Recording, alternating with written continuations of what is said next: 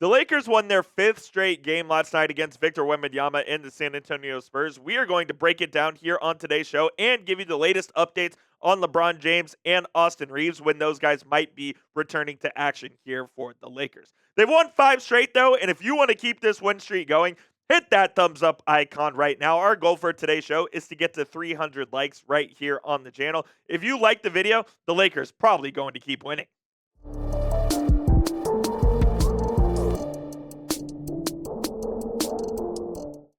The fifth straight win for the Purple and Gold last night, and boy, was it a great game. And the Lakers are truly establishing themselves as one of the best teams here in the Western Conference. I was very encouraged with what I saw last night with the Los Angeles Lakers coming back to win against the Spurs 118-116. I believe they were down, 9 in the fourth quarter? Something like that, and they were able to come back and get the dub. And let me tell you what, it was a hell of a finish to this game. You had Marcus Smart stepping over the line, trying to throw the inbounds pass to Rui Hachimura, and if he had just taken his time, taken an extra half second, it wouldn't have even got there. So the Spurs get the ball back with about 2 seconds left. They run an inbound play, and they get fouled. They go to the line, and Champagnie ends up missing the first free throw, intentionally misses the second free throw. Jackson Hayes did not properly box out Keldon Johnson, and Johnson gets right to the rim and was able to have a perfect look at a potential tip-in to tie the game to send it to OT.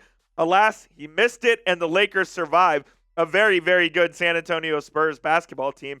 Look, man, I really do believe this Lakers team is one of the best squads in the Western Conference. And why is that? Of course, it's because you have the best player in the world in Luka Doncic, but also you're getting very, very good production from DeAndre Ayton, which is something that you absolutely needed if this Lakers team is going to take the step from being a good team to a great team. And so far, I think Ayton has been everything and more that JJ Redick would be asking for from his center position, especially in the last two games. And this game against Portland, where the Lakers were missing literally everybody, Ayton was the best player on the court for Los Angeles, going for 29 points, 10 rebounds, and 3 blocks. Nick Smith Jr. was also great in that game, by the way. And then against the Spurs last night, Ayton put in another 22 and 10 with 2 blocks as well. He is providing exactly what Los Angeles needs for the Lakers to take this next step and for the Lakers starting 5 and Luka Doncic to really elevate his game to the next level. You're getting exactly what you need out of DeAndre from the center spot, and I've really liked what I've seen from him through the first few games of this season, and long may it continue because they're going to need production from him night in and night out, especially without Austin Reaves. They're going to have to find scoring somewhere, and if Ayton's giving you 22 and 10 a night, I think you're pretty damn thrilled with that output. And Jackson Hayes also has been pretty good for the Lakers in a bench role. I believe he started one game as well, the one game that Ayton ended up missing.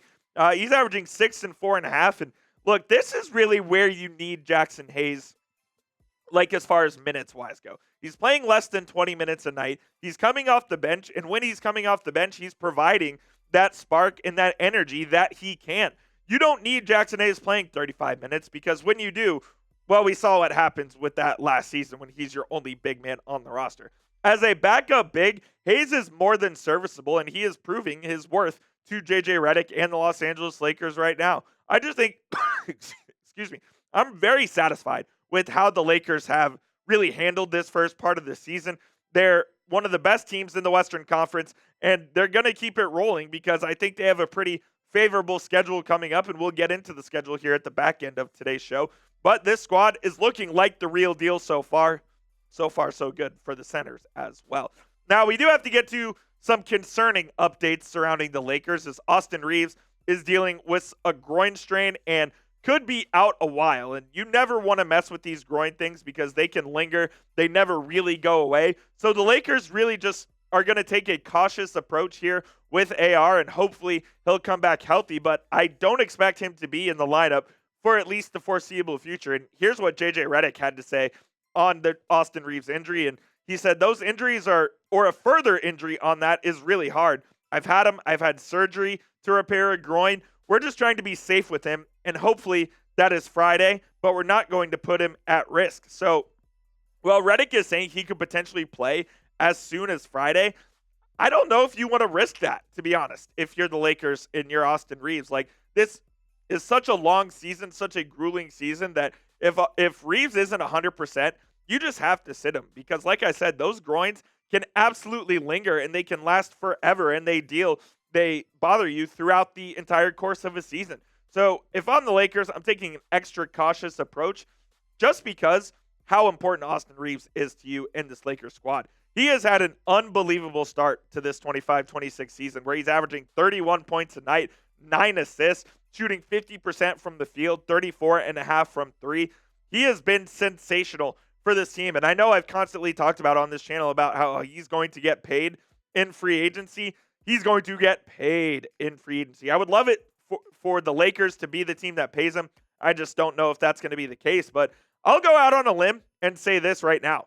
Austin Reaves, I think he's the second best player on this team at the moment. And I know we haven't seen LeBron play yet this year, and we'll see what kind of impact he has on the Lakers when he returns. And it sounds like that return could be coming rather soon, and we'll give you an update here in just a moment on that. But as of right now, I would give it to AR-15 as the second best player on the Los Angeles Lakers.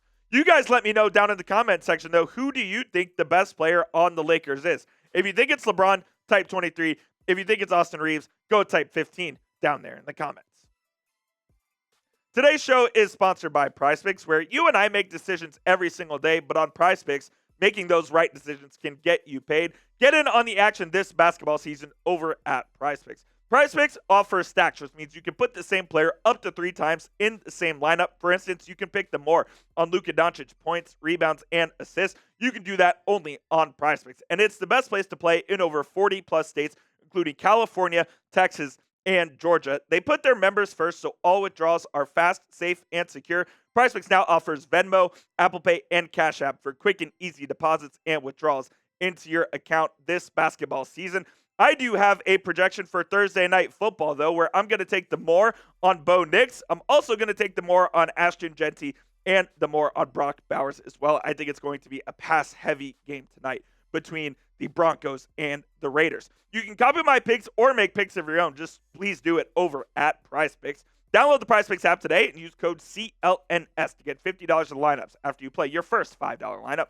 One more time, that is code CLNS to get $50 in lineups after you play your first $5 lineup. PrizePicks. It is good to be right.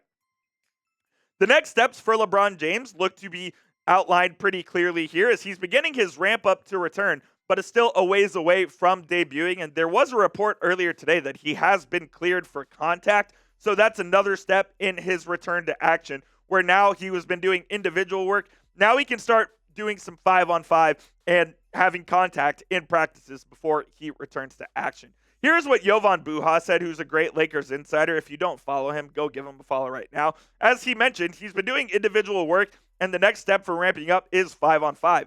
And we're not quite sure how that's going to happen, whether it's while the Lakers are on their road trip or whether it's when they come back. If it happens when they're away, he could go practice and scrimmage with the South Bay Lakers, where he can get some quote-unquote game reps in. Now, there's obviously nothing like playing in the actual game, so we'll see what LeBron's sharpness is when the Lakers actually return to action with him in the lineup. But it's a very good sign that he's officially been cleared for contact, and it looks like it's going in the right direction as far as getting him on the basketball court, getting him to return to this team in the next couple of weeks, which was the original target date in the middle of November. We sit here right now on November 6th, I believe. So we could see LeBron in the next 10, 14 days back in the purple and gold, which is an extremely exciting proposition because, man, when I look at this starting 5, it gets me very excited for the possibilities of what the Lakers can do this year.